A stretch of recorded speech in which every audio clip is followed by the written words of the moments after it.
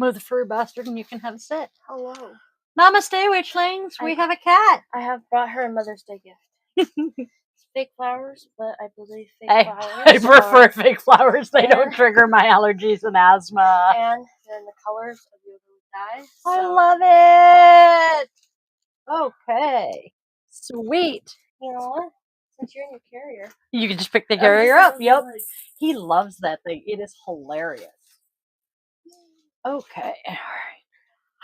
Oh, the baby girl.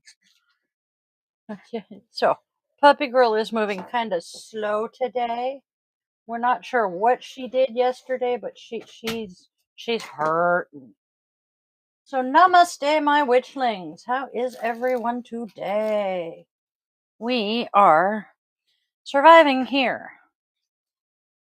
Okay. It's okay. We are just going to jump right into things today. I did click that, correct? I did. Okay. Click over here. That one's running. I'm going to go ahead and click that so it's not a problem there. All right. And you know what we're going to do? We are going to click this one.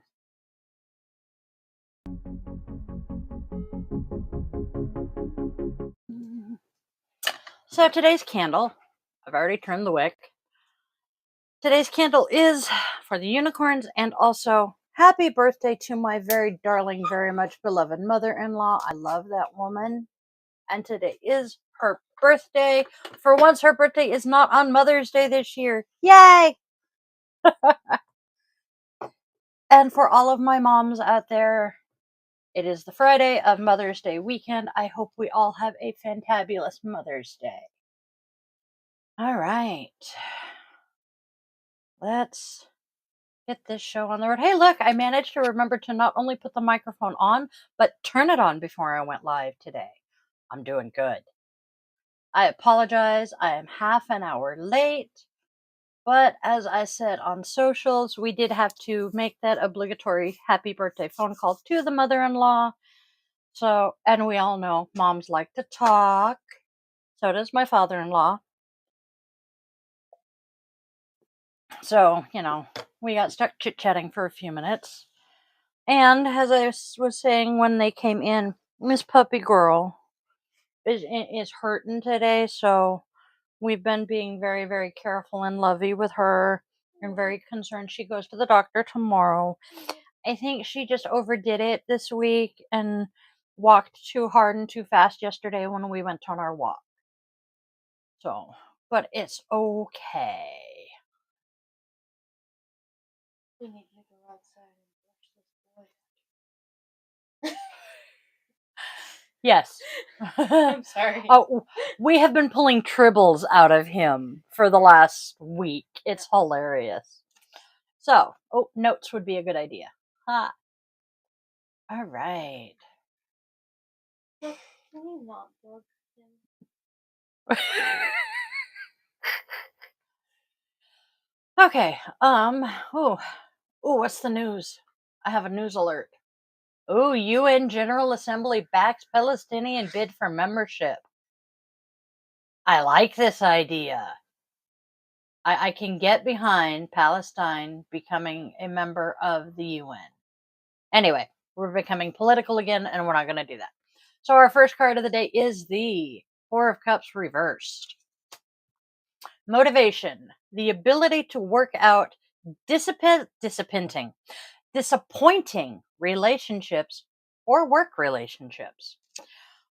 And our next card is a major arcana. It is the Wheel of Fortune. The Wheel of Fortune depicts a dark, mysterious woman crouched down with a large wheel in her hand. She looks as though she's about to spin it on the ground like a coin to see if it will come up heads or tails, as gamblers do when tossing a coin for heads or tails. Behind the woman stands the gold spires of a castle. This can indicate the good fortune and prosperity that the Wheel of Fortune may bring. On the other hand, I'm going to show it to you. The blood red rose in the foreground is a picture of beauty. However, if you are tempted to pick it, be forewarned, the poisonous thorns on the stem will hurt you. The spiritual unicorn sits in excited anticipation by the wheel. This magical beast seems to have a smile on its face. Let me show you that. We all enjoy seeing a smiling unicorn. As if it already knows the outcome. Therefore, trust in the unicorn, be guided by fate. There is no such thing as coincidence in the eyes of the unicorn. Everything that happens in life happens for a reason. However, sometimes we are not aware of what may be in store for us. Expect the unexpected or a sudden change. Good fortune is in the air. And our final tarot is the reversed Queen of Swords. This card stands for a bitter woman or a lack of trust and emotional peace. Being upside down? Yep. Okay. This deck does reversals. I'm just gonna bug in here asking questions. That's okay. No, that's quite all right. Some decks, such as the Modern Witch, which is the one I was using, don't do reversals. Some readers don't do reversals. This deck does. And now our oracles. Our first oracle is creating your vision. Do what makes your heart sing. And you are being nudged forward towards this. Choosing this card suggests that you are ready to start on another phase of your life. Before you take a step forward or possibly look for a new direction, your guidance is to open your heart and mind to all possibilities. This is important, so take some time to think about your future. What makes your heart sing? What gives you true satisfaction and fulfillment? Reflect on these questions before you commit to the next part of your journey. Ask your unicorn to touch your third eye with its horn of light to enable you to decide exactly where you are going and what you really want to create or accomplish in this life. Consider or even write down the attributes you require to bring about your dream. These may be charisma, determination, strength, inner peace, any number of other qualities. As you focus on developing the positive energies you need, your unicorn will light them up in your aura. This will attract a cornucopia of good things to you. Your vibration and that of the planet are rising and time is speeding up. So be prepared to accelerate towards your goal with the assistance of your gracious unicorn. Everything is unfolding in divine order. So, to receive unicorn qualities for your vision, sit quietly and invoke your beautiful unicorn. Sense a magnificent shimmering white horse in front of you. Gently reach out a hand to touch it and feel the connection between you. Tell your unicorn about your vision with enthusiasm. Always be enthusiastic about your dreams. Your unicorn nods to acknowledge it has heard you. It bends its head and touches your forehead with its horn of light. Feel pure unicorn qualities pouring in to support your dream. Picture your next step as if it's already happened. This is important with any visualization. Now, relax and integrate that energy, and then, most importantly, thank your unicorn. Your affirmation: my unicorn leads me towards my dream. Next, we have the cosmic ruby. Be a peace ambassador and practice cosmic mastery.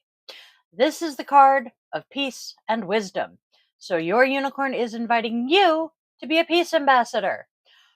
Now, before I get into this card, one of the reasons I may stop using this deck is it is very Christian gaudy, and I don't vibe with that so much as I used to. So be forewarned, because this one very much talks about the Archangel Uriel. Archangel Uriel is in charge of the development of the solar plexus chakra. He is a power. What the fluff? Oh my gosh. Gotta love it when my voice to text does not hear everything I say. So we're gonna grab the book. Boop boop boo. He is in charge. Nope. There we go.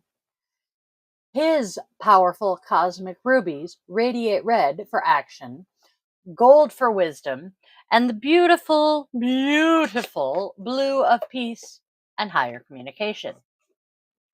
When these gems are lit up by unicorn energy, they bring forward your self worth and confidence so that you can take action with love and common sense. Your guidance today is to ask for a cosmic ruby to be placed in your solar plexus, which is here. As you sense its light being absorbed by your systems, know that a new, improved version of yourself is stepping forward. Your guidance then is to practice being wise and calm. Emphasis on the calm.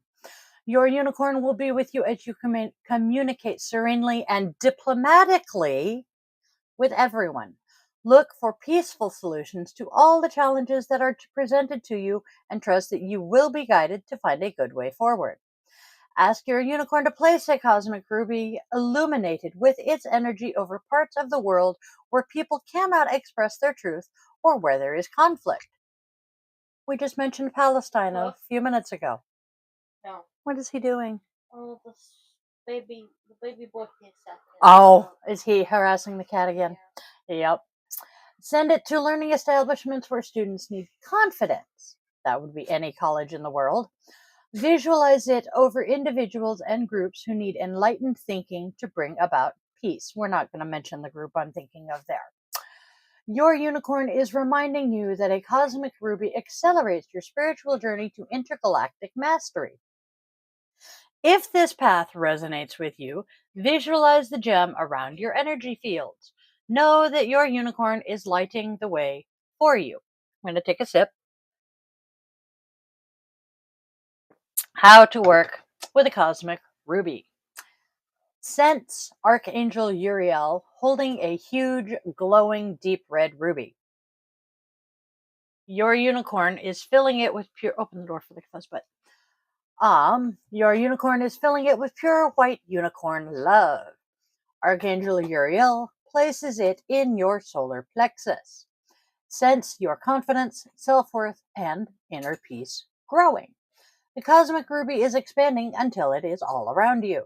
Send peace and wisdom to people and places everywhere. Your affirmation here: I seek peaceful solutions. And our final card: manifest your dreams. Focus on your vision and seek satisfaction and contentment. Choosing this card indicates that you are ready to bring forward a soul desire, something that satisfies you at a deep level. It may be to express yourself through painting or creativity, to look after animals, to serve in some way, or to help and heal others. You may want to explore the world, race cars, climb a mountain, invent new tech, or maybe even teach. It is not what you ask for, but what it lights up inside you that is important. Your unicorn is answering your call and helping to bring your vision to fruition. This is a card of opportunity, so explore what you truly want. Consider what would give you a sense of peace, adventure, or joy. What would fulfill you? Oh, God. Voice to text fail. What would fulfill you? How do you feel inside when you think of it? Remember that anything is possible when you are clear and focused. Let go of all thoughts of financial reward or how you might personally benefit from your soul desires. All right. Yep. I must have been mumbling. Oh, I was rushing what I was dictating. This one. Da-da. 4, when you manifest them, Your feelings of joy and wonder will automatically draw abundance to you. Ask your celestial helper to take your vision to Source, i.e., the Great Source, for a blessing, and remember that when you act as if something is already in place, you are sending out the energy to attract it, i.e., the law of attraction, manifestation, etc., etc. Manifest your dreams. Take a moment to relax and center yourself. Ground and center. You may want to write down your soul dream. Call your unicorn until it and tell it clearly what you envision. Ask for a sign that it has truly heard you, perhaps a nod, a feeling of alignment, or even a breath of air. Ride with your unicorn up through the dimensions. Pause when you sense a seraphim singing round the Godhead. Your unicorn tells these illumined angels what you want. Wait as they take your vision to the Great Source. Oh my good grief. Yep, I was definitely in a hurry and not paying. Receive a shower of light and know that your mission is blessed. Return with your unicorn, and most importantly, remember to thank it when you get back. Your affirmation here is I manifest my soul desires. And we clean up our cards. I have took hair all over my desk. I know, it's all over the house. And you, oh dear goddess. He came and said hi to her, and she is now covered in about as much hair as he is. I swear to God, it's like more than miles out. You're gonna take home a spare took. I know, Nico will be so happy. Our rune of the day is Thurisa's inverted, but I need to check exactly how it looks. I always forget. And I hate that. And I always close the app too. Because, I'm a genius like that. Okay, it's aimed to the left, which means. Haha! I'm thinking that's aimed to the left for you guys as well. Thurisa's inverted. The divinity is Thor. Unfortunately, I am not referring to Chris Hemsworth. He is adorable. The letter is TH as in thin. The symbol is Mjolnir, which makes sense if the divinity is Thor. And the thorn, the element is fire. The tree is the hawthorn and other trees possessing needles and thorns. We just had Thurisa's earlier this week, I swear. The plant is Thor's beard. Gee, big surprise. The stone is the sapphire. The color, however, is not blue. It is bright red.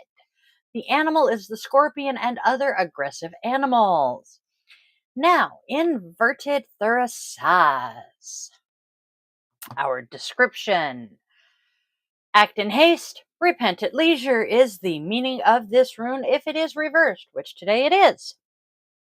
This is a time to wait, not act. Tensions may be running high. An indication of development, however, as this growth process accelerates, you will find reasons to stop and reconsider the past and assimilate the new. If you are experiencing difficulties, remember that your attitude affects the quality of your passage.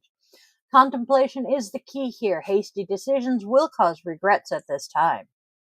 Again, act in haste, repent at leisure. Tookers. You're not supposed to be crawling in laps. Oh well. I know. So his parents don't mind it either, So in relationships, inverted Thurisaz suggests that you need to act with a great deal of care and prudence. Any rash or careless actions will have a negative impact on your relationships at this time. On the other hand, passivity and iffiness is discouraged. You should act decisively and quickly, but not hastily, if that makes sense, and be very conscious about your actions. So be very mindful. Refer back to yesterday's podcast. In work, Thurisaz inverted, personifies a stubborn person who goes after their goal regardless of any arguments of reason and doesn't pay any attention to the obvious signs and omens that this is a very bad idea. Or they are the one who is looking at the situation through rose colored glasses, seeing only what they want to see. Another interpretation is someone totally insignificant is going to eclipse and outstrip you and take your place. Our key takeaway of our rune today is danger, Will Robinson, defenselessness, compulsion, betrayal, and dullness. Evil, malice, hatred, torment, spite, lies, a bad person, resistance, someone avoiding accountability, ineffectiveness, immaturity, and selfishness. I can think of a lot of people that applies to right now. Today's goddess, she is not in the Kindle book. And I have been very, very bad recently and have only been looking at the goddesses in the Kindle book. So we had not even considered her. And I am very ashamed because she is quite cool. And Took being here is actually kind of amusing. Hello, baby. Because our goddess today comes from where he is from. Ooh. Her name Ooh. is Sedna. She is a goddess of cleansing. And she is Inuit. She is from Alaska. And her story is fascinating. I had to search to find her mythology.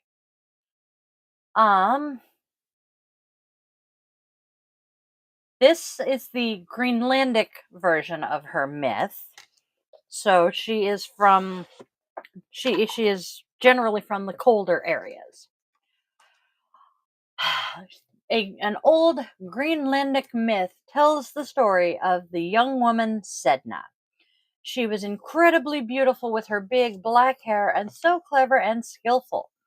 She was the perfect Inuit woman, but no man was good enough for her. Every time a handsome hunter asked for her hand, she would send him away. She herself was a very good hunter, and she needed no man to take care of her. But her attitude pissed her father off. He wanted her to behave just like every other woman in the village and for her to get married as soon as possible. His patience ran out, and one day he just flat out demanded that she sail to an abandoned island. She would live there until she was wise enough to accept one of the many proposals of marriage.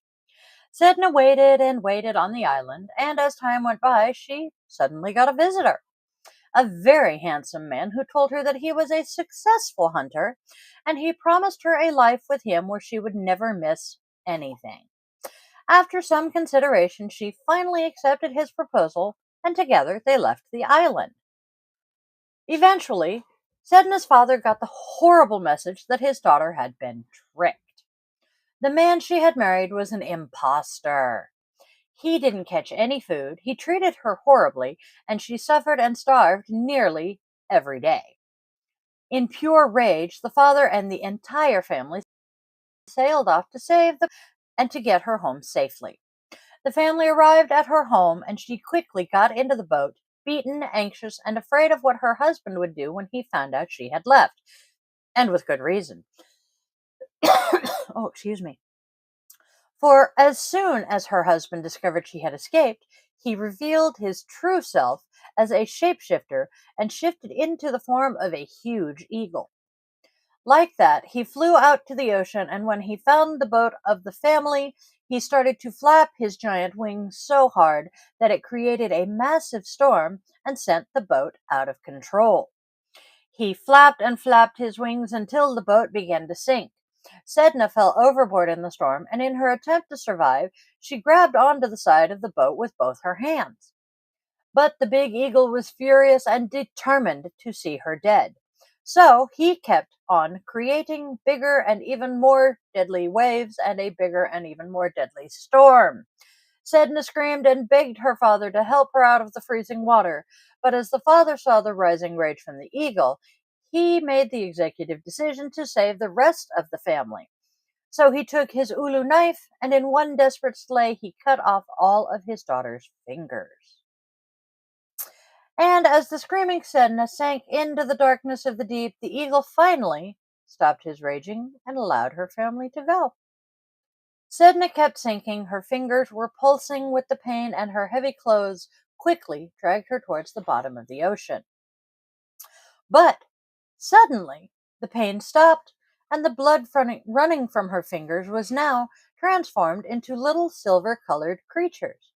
They were the first fish. Sedna now realized that she could breathe again, and she suddenly remembered the words of the village shaman who had once told her about the spirits of nature. They live in the northern lights. From here, they control the changes of the seasons and all life. If someone is being wronged, the spirits will help, but only if they are still truly pure of heart. Sedna now lives in the ocean, but as time went by, her big black hair got fouled and dirty, and because she had no fingers, it was impossible for her to comb it. And it made her angry and sad, a ruin that the Inuit would soon come to fear. On Earth, the Inuit were starving as Sedna's family was long dead. There were no animals to catch, and their supplies were long gone. In crises like this, the village would summon the shaman Angakok.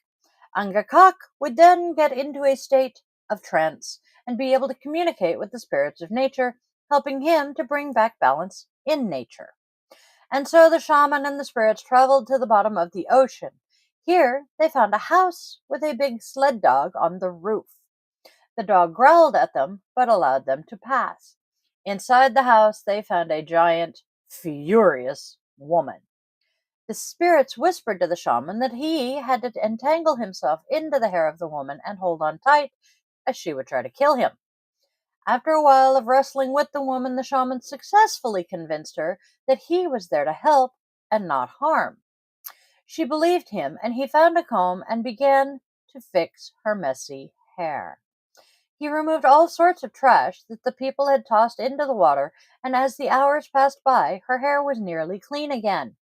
As he combed the last straws out of her hair, 10 giant animals started to swim from her hair. One animal for each of her chopped off fingers: a bearded seal, a walrus, a hooded seal, a narwhal, a reindeer, a polar bear, a ringed seal, a musk ox, a harp seal, and all kinds of birds. Sedna, now mother of the sea, talked to Angakok and told him that the Inuit were not trying hard enough to live their lives properly, that they were greedy, and that their indifference made her hair tangled so that all the animals got stuck and were held back from the hunters. If the shaman could remind his people of their place in this world and that they had to learn how to live in complete balance with nature, then she would once again release the animals. Angak returned to his people, and since that day, the Inuit have tried to keep their promise to the Mother of the Sea. And when they fail, she still punishes them and lets the animals stay in her hair at the bottom of the ocean, leaving the Inuit to starve.